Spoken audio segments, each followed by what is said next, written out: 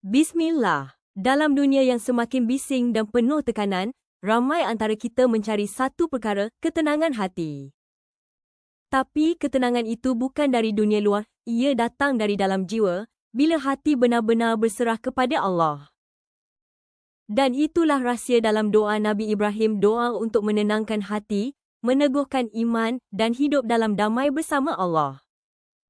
Sebelum kita lanjut, tekan butang subscribe dan sertai Sinar Syurga, tempat kita belajar menenangkan jiwa melalui doa-doa para nabi dan zikir penyejuk hati. Kadang-kadang, hati terasa berat, fikiran berserabut, emosi tidak tenang walaupun segalanya nampak baik di luar. Kita solat, kita bekerja, tapi hati tetap gundah.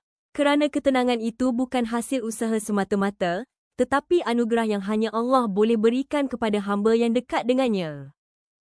Dalam perjalanan dakwahnya, Nabi Ibrahim diuji dengan banyak cabaran, ditolak oleh kaumnya, diuji dalam keluarga, dan diarah meninggalkan anak dan isterinya di padang pasir yang tandus. Namun dalam semua ujian itu, baginda tidak pernah gundah. Baginda memohon satu perkara kepada Allah, ketenangan hati. رب اجعلني مقيم الصلاة ومن ذريتي ربنا وتقبل دعائي. Rabba juni mukimas salati wa min duriyati, Rabbana wa taqabbal du'a. Wahai Tuhanku, jadikanlah aku orang yang tetap mendirikan solat, begitu juga zuriat keturunanku. Ya Tuhan kami, perkenankanlah doaku. Dalam doa ini, Nabi Ibrahim tidak meminta harta, tidak juga kemuliaan atau kuasa, tetapi baginda meminta agar hati tetap terikat dengan solat, kerana disitulah sumber ketenangan sebenar. Bila solat dijaga, hati menjadi lembut. Bila hati lembut, jiwa menjadi tenang. Dan bila jiwa tenang, segalanya terasa cukup. Bacalah doa ini setiap kali selepas solat, atau bila hati terasa jauh dari Allah. Ucapkan dengan lembut, biar setiap lafaznya menenangkan dada. Jadikan doa ini zikir harian anda, supaya hati sentiasa damai dan hidup sentiasa dalam redhanya.